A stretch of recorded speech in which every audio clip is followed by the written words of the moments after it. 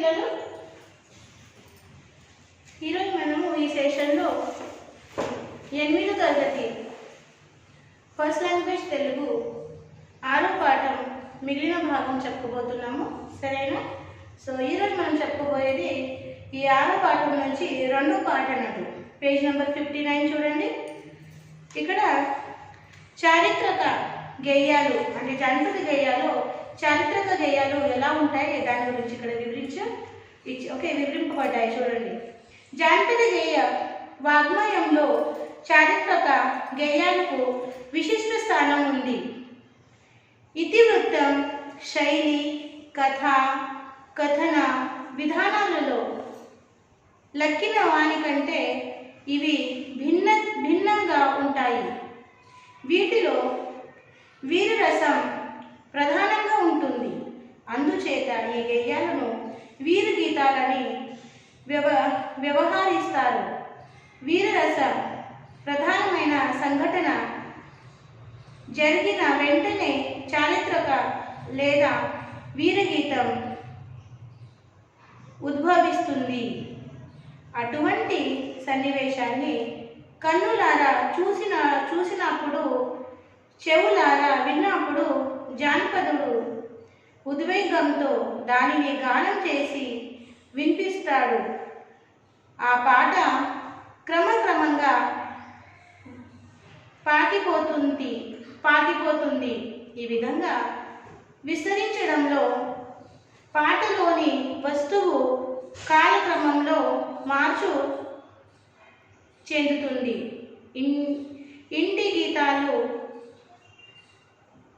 ఇట్టి గీతాలు ప్రతి భాషలోనూ ఉన్నాయి. సో చూడండి, ఇక్కడ ఏమన్నారంటే ఇప్పుడు చరిత్రక గేయాలు ఎలా ఉంటాయి, జానపద గేయాల్లో ఒక భాగం అన్నట్టు చరిత్రక గేయాలు. సో చరిత్రక గేయాలు ఎలా ఉంటాయి ఇక్కడ చెప్పడం జరిగింది. జానపద గేయ వాగ్మయంలో చారిత్రక గేయాలకు విశిష్ట స్థానం ఉంది అన్నట్టు. అంటే మన పురాణ సాహిత్యంలో జానపద గేయాల్లో ఈ చారిత్రక గేయాలకు విశిష్టమైన స్థానం ఉంది. ఇతివృత్తం, శైలి, కథన విధానాలలో లక్కిన వాని కంటే ఇవి భిన్నంగా ఉంటాయి అన్నట్టు. అంటే ఇవి ఇతివృత్తం అంటే దాంట్లో వృత్తం ఏదైతే ఏ ఘటన మీద, ఏ ఘట్టక మీద, అది ఇన్సిడెంట్ మీద చెప్తున్నారో అది దాని వృత్తం ఏంటిది అన్నట్టు. దాని శైలి అంటే అది ఏ భాషలో చెప్తున్నారు అన్నట్టు, ఏ స్థాయిలో చెప్తున్నారు అన్నట్టు. కథ చెప్పే విధానం ఎలా ఉన్నదో ఇవి అన్నీ భిన్నంగా, వేరే కథల కంటే భిన్నంగా ఉంటాయి అన్నట్టు. వీటిలో వీరరస ప్రధానంగా ఉంటుంది. ఈ చారిత్రక గేయాల్లో పాడేటప్పుడు, జానపదంలో పాడేటప్పుడు దాంట్లో వీరరస ప్రాధాన్యమైన ఉంటుంది అన్నట్టు. వీరరస అంటే వీరగాథలు చెప్తారు కదా, వాళ్ళు చేసిన పరాక్రమాల గురించి చెప్పేటప్పుడు ఆ పరాక్రమం గురించి చెప్తారు. ఆ పరాక్రమ గురించి చెప్పేటప్పుడు దానికి వీరరస అంటారు. వీరరస అంటే పరాక్రమాల గురించి చెప్పడం అన్నట్టు. సో దీంట్లో వీరరస ప్రధానంగా ఉంటుంది. అందుచేత ఈ గేయాలను వీర గీతాలని వ్యవహరిస్తారు. సో అందుకే అలాంటి జానపద గేయాలని ఏమని అంటారు? వీర గీతాలని వ్యవహరిస్తారు అన్నట్టు. వీరరస ప్రధానమైన సంఘటన జరిగిన వెంటనే చారిత్రకంగా లేదా వీరగీతం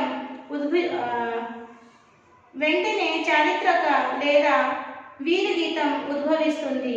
అంటే అలాంటి ఏమైనా వీరరస ప్రధానమైన ఉన్న సంఘటన చరిత్రలో జరిగితే ఇలాంటి గీతాలు వీరగీతం ఉద్భవిస్తాయి అన్నట్టు. అటువంటి సన్నివేశాన్ని కన్నులారా చూసినప్పుడు, చెవులారా విన్నప్పుడు జానపదుడు అంటే జానపదుడు పాడేవాడు. ఈ జానపద గేయాలు పాడేవాడు జానపదుడు ఉద్వేగంతో పాడతాడు అన్నట్టు. ఇలాంటి గేయాన్ని ఉద్వేగంగా పాడతాడు అన్నట్టు, ఇంకా వినిపిస్తాడన్నట్టు. ఆ పాట క్రమంలో పాకిపోతుంటుంది అన్నట్టు. ఈ విధంగా విస్తరించడంలో పాటలోని వస్తువు కాలక్రమంలో మార్పు తెస్తుంది అన్నట్టు. ఇట్టి గీతాలు ప్రతి భాషలో ఉంటాయి అన్నట్టు. ఇలాంటి చారిత్రక గేయాలు, జానపద గేయాలు ప్రతి భాషలో ఉంటాయి అన్నట్టు. వీరి గీతాలు ధ్యేయం వేరు. ఈ వీరి గీతాల ధ్యేయమే వేరు అన్నట్టు. ధ్యేయం అంటే ఉద్దేశం, ఉద్దేశం వేరు అన్నట్టు. ఇతర జానపద గేయాల ధ్యేయం వేరు. వీరి గీతాలు కేవలం వినోదానికి, ఉల్లాసానికి మాత్రమే కాదు, అవి వీరత్వాన్ని, దేశభక్తిని ఉద్బోధించి ఉద్దింపింప చేస్తాయి అన్నట్టు. తెలుగునాడు తొలి నుండి వీరసీమగా వాసికెక్కింది. ఈ సీమలో ఎందరో వీరధీరులు జన్మించారు. ఇచ్చట పుట్టిన చిరుగు కొమ్మైన చేవగలదే. సో చూడండి ఏమంటే వీర గీతాలు ధ్యేయం వేరే, ఇంకా వేరే జానపద గేయాల ధ్యేయం వేరే, అంటే దాని ఉద్దేశం వేరే. ధ్యేయం అంటే ఉద్దేశం.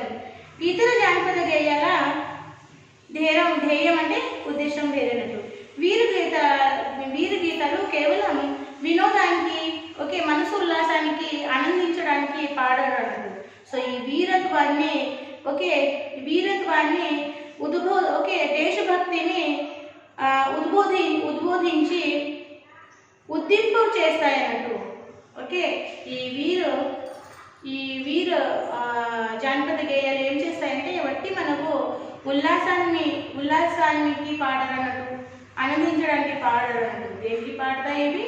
ఈ వీరు జానపద గేయాలు పాడిన వల్ల ఏం జరుగుతుంది అంటే వీరత్వాన్ని, దేశభక్తిని ఉద్బోధించి అంటే బోధన చేస్తాయన్నట్టు. ఇంకా బోధన చేసి ప్రజలకు తెలియజేసి వాళ్ళకి కూడా ఉద్దింపం చేస్తాయన్నట్టు. వాళ్ళకు కూడా అలాంటి పౌరుషం, అలాంటి పరాక్రమం చేయడానికి ఉద్దింపం చేస్తాయన్నట్టు. ఓకే, సో దీనికి చాలా ఇంపార్టెన్స్ ఉంది. ఈ మన తెలుగు గడ్డ మీద, అంటే మన తెలుగు ప్రాంతంలో ఎన్నో వీరులు జన్మించాయి. వాళ్ళు ఎన్ని పరాక్రమాలు నిదర్శించాయి అన్నట్టు. సో అలాంటి వీరుల గాథ ఇలాంటి గేయాలు ఉంటాయి. ఓకే, ఇంకా ఇలాంటి వీర గేయాల్ని, జానపద గేయాల్ని పాడడం వల్ల ఈ జనరేషన్లో కూడా, ఈనాటి ఉన్న యువతరాల్లో కూడా అలాంటి పరాక్రమ గుణాన్ని మనం పెంపొందించవచ్చు అన్నట్టు. సో ఈ జానపద గేయాలకు చాలా పెద్ద గొప్ప స్థానం ఉన్నది అన్నట్టు మన ప్రాంతంలో కానీ, మన సాహిత్యంలో కానీ. మియా సాబ్ కథ, సోమనాద్రి కథ, రామేశ్వరరావు కథ, రాణి శంకరమ్మ కథ, సలై వెంకటరెడ్డి కథ, సదాశివరెడ్డి కథ, పార్వతల మల్లారెడ్డి కథ, సర్వాయి పాపని కథ, బిల్లూరి కొండలరాయుని బిల్లూరి కొండలరాయుని కథ, కుమారరాముని కథ. తెలంగాణలో బహుళ ప్రచారం పొందిన వీర గీతాలు పల్నాటి వీరుల కథలు, కాటమరాజు కథ, దేశ గురాజు కథ, దేశీ గురాజు కథ, బొబ్బిలి కథ, పెద్దపురం కోడి పందేల కథ, అల్లూరి సీతారామరాజు కథ మొదలైనవి ఆంధ్ర ప్రాంత తట ప్రచారం పొందినాయన్నట్టు. మహాభారత కాలం నుంచి సమర్నీతి ప్రకారం ద్వంద్వ యుద్ధం జరిగినప్పుడు ఒక వీరునితో శత్రుదళం నుంచి ఒకడు మాత్రమే తలపడాలి. అలా కాక ఒక వీరునిపై పెక్కు మంది తలపడి అతనిని పరిమార్చినట్లయితే ప్రజల దృష్టిలో అది వీరమరణం అవుతుంది. కాలక్రమంలో అతనిని జానపదులు దైవ సమానుడుగా భావిస్తారు. అంతటితో వీరు పూజ, ప్రారంభం అవుతుంది. హైదరాబాదు విమోచన ఉద్యమంలో ఆసువులు బాసిన వీరుల గాథలు ఆంధ్రప్రదేశం తంట ప్రచారంలోకి వస్తున్నాయి. సో చూడండి ఇక్కడ ఏం చెప్పారంటే, సో ఇలాంటి జానపద గేయాలు పేర్లు ఇక్కడ ఇచ్చారు. సో ఎలాంటి కథలు ఉన్నాయి ఆ జానపద గేయాలు చూడండి. ఇక్కడ మియాసాబ్ కథ, సోమనాద్రి కథ అని ఇవన్నీ చారిత్రకంగా గేయాలు అన్నట్టు. సో మియాసాబ్ కథ మీద కూడా జానపద గేయాలు ఉన్నాయి, జానపద గేయాలు ఉన్నాయి, వీరరస జానపద గేయాలు. సోమనాద్రి కథ, రామేశ్వరరావు కథ, రాణి శంకరమ్మ కథ, సలై వెంకటరెడ్డి కథ, సుద్దా శివరెడ్డి కథ, పార్వతల మల్లారెడ్డి కథ, సర్వాయి పాపని కథ, బిల్లూరి కొండ్రాయుని కథ, కుమారయ్య రాముని కథ. తెలంగాణలో బహుళ ప్రచారం పొందిన వీరి గీతాలు అన్నట్టు ఇవన్నీ. పలనాటి వీరుల కథలు కూడా ఉన్నాయన్నట్టు. అవి ఏంటిదంటే కటమరాజు కథ, దేశంగురాజు కథ, బొబ్బిలి కథ, పెద్దపురం పెద్దపురం కోడి పందెల కథ, అల్లూరి సీతారామరాజు కథ మొదలైనవి ఆంధ్ర ప్రాంతం తట ప్రచారం పొందినాయన్నట్టు. ఈ కథలన్నీ ఆంధ్ర ప్రాంతంలో చాలా ప్రచారం పొందినాయన్నట్టు. అలాగే మహాభారతం కాలం నుంచి సుమర్ నీతి ప్రకారం ద్వంద్వ యుద్ధం జరిగినప్పుడు ఒకరి వీరునితో శత్రుదళం నుంచి ఒకడు మాత్రమే తలపడాలి. అలా కాక ఒక వీరునిపై ఎక్కువ మంది తలపడి అతనిని పరిమార్చినట్లు అయితే ప్రజల దృష్టిలో అది వీరమరణం అవుతుంది. అంటే మహాభారతం కాలం నుండి ద్వంద్వ యుద్ధంలో ఒకరితో పాటు ఇంకొకరు పోరాడాలి, అది ద్వంద్వ యుద్ధం నీతి అన్నట్టు. అలా కాక ఒక వీరుని పైన ఎక్కువ మంది తలపడి అతన్ని పరిమార్చినట్లు అయితే అది ఏమవుతుంది, అది వీరమరణం అవుతుంది అన్నట్టు. సో కాలక్రమంలో అతన్ని ఈ జానపదులు పాడేవారు దైవుడితో సమానంగా భావిస్తారన్నట్టు. అలా వీరమరణం పొందిన వారిని ఈ జానపదులు పాడేవారు అతనికి దేవుడితో సమానం భావిస్తారు. అతడితో వీరు పూజ ప్రారంభమవుతుంది. అతడితోనే వీరు పూజ కూడా ప్రారంభమవుతుంది అన్నట్టు. హైదరాబాద్ విమోచన ఉద్యమంలో ఆసువులు బాసిన అనేక వీరులు తన ప్రాణాన్ని సమర్పించారు. వాళ్ళ గాథలు ఆంధ్రప్రదేశం తంట ప్రచారంకి వస్తున్నాయి. సో వాళ్ళ గాథలు ఆంధ్రప్రదేశం ప్రాంతం అంతా ప్రచారంలోకి వస్తున్నాయి అన్నట్టు. ఓకేనా. సో ఇలాంటి చారిత్రక వీరరస పరిపూర్ణంగా జానపద గేయాలు ఉంటాయి అన్నట్టు. ఓకేనా. సో ఒకసారి మీరు ఇక్కడ ఒక భాగం సైలెంట్ రీడింగ్ చేయండి, తర్వాత మనం ముందు భాగం చెప్పుకుందాం.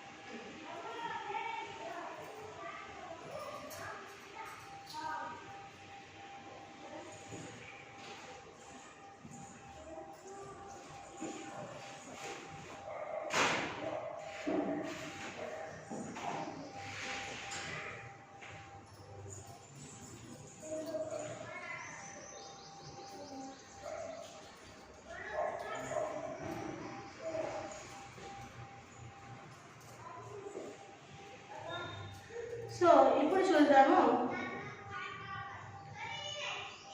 పారమార్థిక గేయాలు. ఈ పారమార్థిక పారమార్థిక గేయాలు ఎలా ఉంటాయి చూడండి. భక్తి, కర్మ, జ్ఞాన మార్గాలు 3 మోక్ష సాధనాలను భారతీయులు విశ్వాసం. ఈ మూడిటిలో భక్తి మార్గం అత్యంత సులభమైన నట్టిది. తెలుగునాట శైవ వైష్ణవాది కీర్తనలు వేల సంఖ్యలో ప్రజా బాహుల్యంలో అధికంగా ప్రచారం పొందాయి. అదృష్టశాత అతి ప్రాచీనమైన భక్తి గీతాలు కొన్ని మనకు లభ్యమవుతున్నాయి. ఈ భక్తి గీతాలు పాడుకుంటూ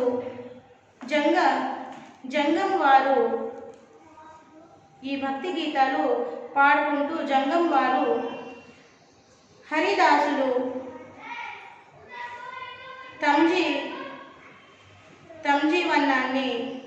తమ జీవనాన్ని సాగించుకుంటున్నారు. అదే వారి జీవనోపాధి. భద్రాచల రామదాసు కీర్తనలు, తుమా నరసింహదాసు కీర్తనలు, పరాంకుశ దాసు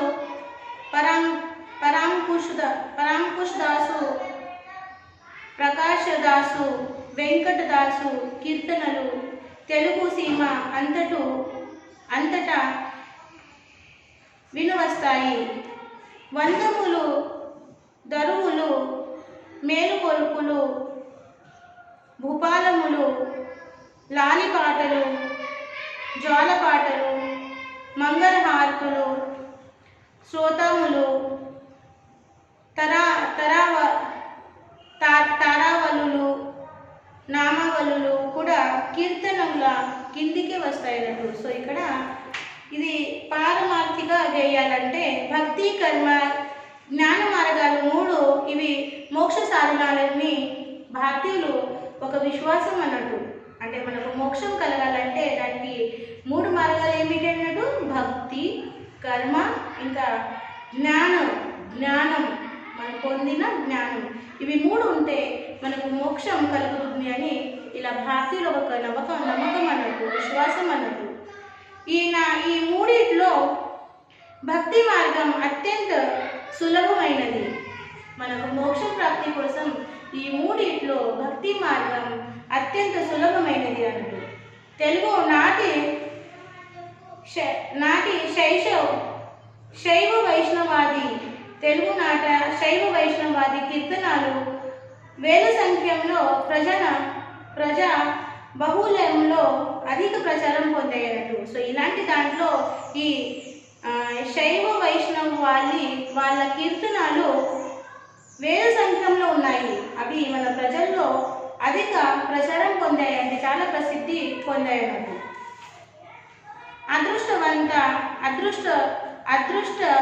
అదృష్టవశాత్తు అతి ప్రాచీనమైన భక్తి గీతాలు కొన్ని మనకు లభ్యమవుతున్నాయి అన్నట్టు. అదృష్టం శాతం మనకు కొన్ని ప్రాచీనమైన పౌరాణిక అంటే పాతకాలంలో ఉన్న కొన్ని భక్తి గీతాలు మనకు కొంచెం లభ్యమవుతున్నాయి, అంటే మనకు లభించినాయి అన్నట్టు.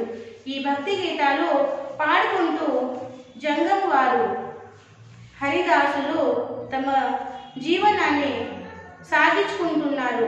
అదే వారి జీవనోపాధి కూడా అనవచ్చు మనం. సో ఇలాంటి భక్తి గీతాలు పాడుకుంటూ జంగం వారు ఇంకా హరిదాసులు తమ జీవనాన్ని సాగించుకుంటున్నారు. సో అదే వాళ్ళ జీవనోపాధి కూడా మారింది అన్నట్టు.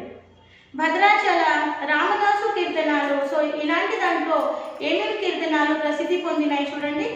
భద్రాచల రామదాసు కీర్తనాలు, తుమ్మా నరసింహదాసు కీర్తనాలు, పరాంకుశదాసు, ప్రకాశదాసు, వెంకటదాసు కీర్తనాలు తెలుగు సీమ అంతటా వినిపిస్తున్నాయన్నట్టు. ఈ తెలుగు సీమ అంతటా మనకు వీళ్ళు కీర్తనాలు వినిపిస్తాయన్నట్టు. అలాగే దరువులు, మేలుకొల్పులు, భూపాలములు, తాలిపాటము, లాలిపాటలు, జోలపాటలు, మంగళహారతులు. ఓకే, అలాగే నామబలులు కూడా కీర్తనల కిందికి వస్తాయన్నట్టు. ఇవి కూడా కీర్తనల కిందికి వస్తాయన్నట్టు. ఓకేనా? సో భారతదేశం తత్వవేత్తలకు పుట్టిన ఇల్లు. ఈ భారతదేశం తత్వవేత్తకు పుట్టిన ఇల్లు అన్నట్టు. పండితులే కాక పామరులు సైతం వేదాంత సత్యాలను పాడుకుంటారు, వాటి గురించి చర్చించుకుంటారు. వీటిని తత్వాలు అని అంటారు. సో మీకు క్వశ్చన్ అడగడం జరుగుతుంది, తత్వాలు అని దేనికి అంటారు? అప్పుడు ఏం రాస్తారు పిల్లలు? మీరు తత్వాలు అంటే ఏమిటి అని ప్రశ్న అడిగితే మీరు జవాబు ఎలా రాయాలంటే భారతదేశంలో పండితులే కాక పామరులు సైతం వేదాంత సత్యాలను పాడుకుంటారు, వాటి గురించి చర్చించుకుంటారు. వీటినే తత్వాలు అని అంటారు అని రాయండి. ఓకేనా? సంఘ వ్యవస్థలోని కుల భేదాలను, ఎక్కువ తక్కువలను ఈ గీతాలలో ఖండించారు. వరలక్ష్మి పాట, శ్రావణ శుక్రవారపు పాట, తులసి పాట, లక్షవత్తుల పాట, కామేశ్వరి పాట మొదలైనవి, నోముల పాటలు, బొట్టేమ పాట, బతుకమ్మ పాట తెలంగాణలో బహుళ ప్రచారం పొందినటివి. సో ఏం చెప్పండి, భారతదేశం తత్వవేత్తలకు ఒక పుట్టిన ఇల్లు ఎందుకన్నారంటే మన భారతదేశంలో ఇలాంటి చాలా మంది ప్రసిద్ధి పొందిన తత్వవేత్తలు ఈ భూమిలో, ఈ గడ్డలోనే పుట్టాడు. అందుకే ఈ భారతదేశం తత్వవేత్తలకు ఒక పుట్టిన ఇల్లు అని అనడం జరిగింది. తర్వాత తత్వాలు అంటే ఏమ అర్థమని అడిగారు. సో పండితులే కాక పామరులు సైతం వేదాంత సత్యాలను పాడుకుంటారు, వాటి గురించి చర్చించుకుంటారు. వీటిని తత్వాలు అని అంటారు. సో ఈ సంఘ వ్యవస్థలలోని కుల భేదాలను ఎక్కువ తక్కువ వలన ఈ గీతాలు ఖండించారన్నట్టు. సో ఈ గీతాలలో దేని గురించి ఖండించారు, దేని గురించి ఖండించి పాడారు? ఓకే, సంఘ వ్యవస్థలోని కుల భేదాలను ఎక్కువ తక్కువ గురించి ఇలాంటి గీతాలు ఖండించారన్నట్టు. వరలక్ష్మి పాట, శ్రావణ శుక్రవారపు పాట, తులసి పాట, లక్షవత్తుల పాట, కామేశ్వరి పాట మొదలైనవి, నోముల పాట, బొట్టేమ పాట, బతుకమ్మ పాట తెలంగాణలో బహుళ ప్రచారం అంటే ప్రసిద్ధి పొందినది అన్నట్టు. అర్థమైందా? ఒకసారి మీరు ఇక్కడ భాగం సైలెంట్ రీడింగ్ చేయండి, తర్వాత మనం ముందు భాగం చెప్పుకుందాం.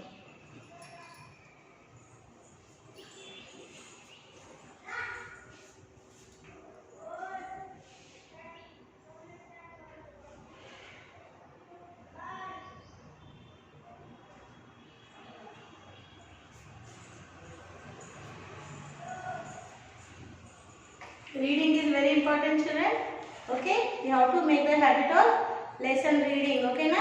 Then only you can able to write answers in your own words. Okay, so ముందు చూడండి, స్త్రీల పాటలు ఎలా ఉంటాయి చూడండి. గృహ జీవనంలో స్త్రీకి పురుషుల కంటే ఎక్కువ ప్రాధాన్యత ఉన్నది కాబట్టి సంసార విషయాలకు సంబంధించిన కవితలు అలంబనం స్త్రీలే. వీటిని స్త్రీల పాటలు అనవచ్చు. వీటిలో వాస్తవికత పాలు ఎక్కువ. శివజననం పురస్కరించుకొని అనేక రకాల పాటలు పాడతారు. తాళి పాటలు, పాటలు జోలపాటలు పాడి నిద్రపుస్తారు. తల్లి తన కుమారుణ్ణి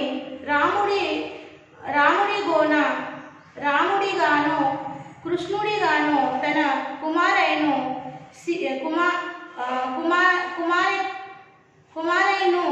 సీతగాను రుక్మిణిగాను గౌరిగాను తలుచుకొని పాటలు పాడుతూ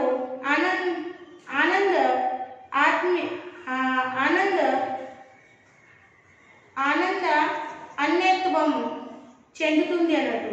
సో గృహ జీవనంలో స్త్రీకి పురుషుల కంటే ఎక్కువ ప్రాధాన్యత, అంటే ఎక్కువ శ్రేష్టమైన స్థానం ఉన్నది అన్నట్టు.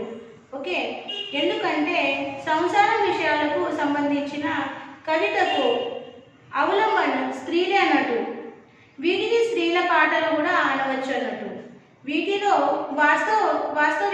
వాస్తవికత పాలు ఎక్కువ ఉంటుంది అన్నట్టు. ఈ స్త్రీల పాటల్లో వాస్తవికత పాలు అంటే నిజాయితీ ఎక్కువ ఉంటుంది అన్నట్టు. శిశు జననం అన్నట్టు. శిశు జననం అంటే ఒక బిడ్డ పుట్టినప్పుడు శిశు జననం పురస్కరించుకొని జననం పురస్కరించుకొని అనేక రకాల పాటలు పాడతారన్నట్టు. అంటే ఒక శిశువుని జన్మించినాక తనని లాలించి పెద్దగా చేసే అందుకు అనేక పాటలు వాళ్ళు పాడుతూ ఉంటారు అన్నట్టు ఈ స్త్రీలు. దాంట్లో ఏమేమి పాటలు అంటే లాలి పాటలు జోల పాటలు పాడి ఆ శిశువుని నిద్ర పుచ్చుతారు అన్నట్టు. తల్లి తన కుమారుని అంటే కొడుకుని ఒక రాముడిగాను కృష్ణుడిగాను ఇంకా తన కుమారును అంటే తన పుత్రిను అంటే తన బిడ్డను సీతగాను రుక్మిణిగాను గౌరిగాను తలుచుకొని పాటలు పాడుతూ ఆనందిస్తుంది అన్నట్టు. స్త్రీ జీవితంలో వివాహం అతి ముఖ్యమైన ఘట్టం. పెళ్లికి సంబంధించిన వివిధ ఆచార వ్యవహారాలు, సంప్రదాయాలు, లాంఛనాలు, పరిహాసాలు వర్ణిస్తూ పెక్కువ జానపద గేయాలు ఉద్భవించాయి అన్నట్టు. ఇవి పెళ్లి పాటలు. ఇవి కట్నములతో ప్రారంభమైన అప్పంగీతలతో ముగిస్తాయి అన్నట్టు. కట్నముల పాటలు, నలుగు పాటలు, అలుక పాటలు, తలంపు దగ్గర పాటలు, బంతుల పాటలు, వధూవరుల పాటలు, ముఖము కడుగు పాటలు, కట్నాల పాటలు, అవిరేని పాటలు, వియ్యాల వారి పాటలు, అప్పగీత పాటలు వంటివన్నీ పెళ్లి పాటలే. ఈ పాటలన్నిటిలో తెలుగువారి సాంఘిక సాంస్కృతిక జీవనం పూర్తిగా ఆవిష్కృతమవుతుంది. సీత సమర్థ, సీత గడియ, సీతమ్మ వారి వసంతం, సీత మానగుంటలు,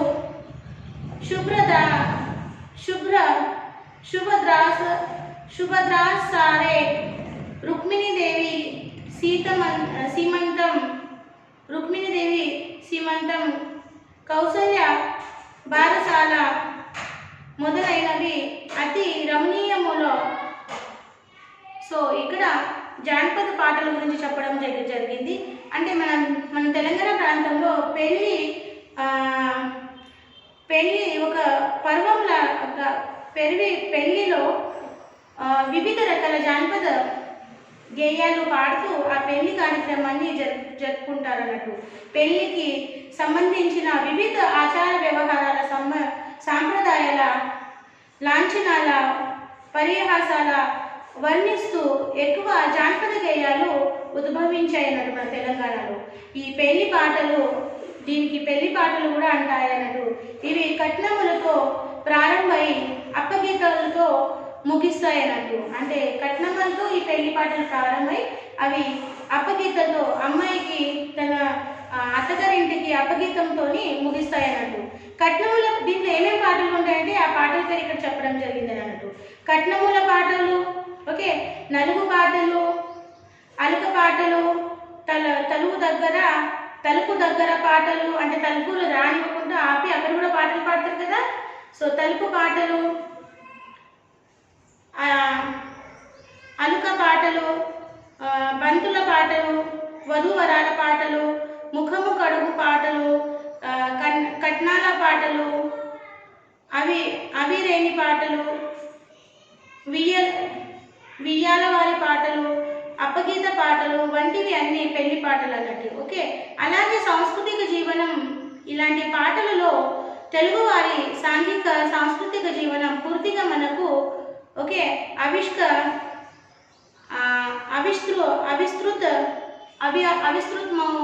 అవిస్తృత అవుతుంది అన్నట్టు, అంటే మనకు కనపడుతుంది అన్నట్టు. దీంట్లో ఇంకా కొన్ని పాటల గురించి కూడా చెప్పడం జరిగింది. సీతా సమర్థ, సీతా గడియ, ఇంకా సీతమ్మ వారి వసంతం, అలాగే రుక్మిణీదేవి సీమంతం, కౌసల్య బారసాల మొదలైన పాటలు కూడా ఇవి స్త్రీల పాటలు అన్నట్టు. ఓకేనా. సో ఈరోజు మనం ఇక్కడే ఆగుదాము. సో మీరు మీ సాక్షి ఇలాగ రాసుకోండి. సాక్షి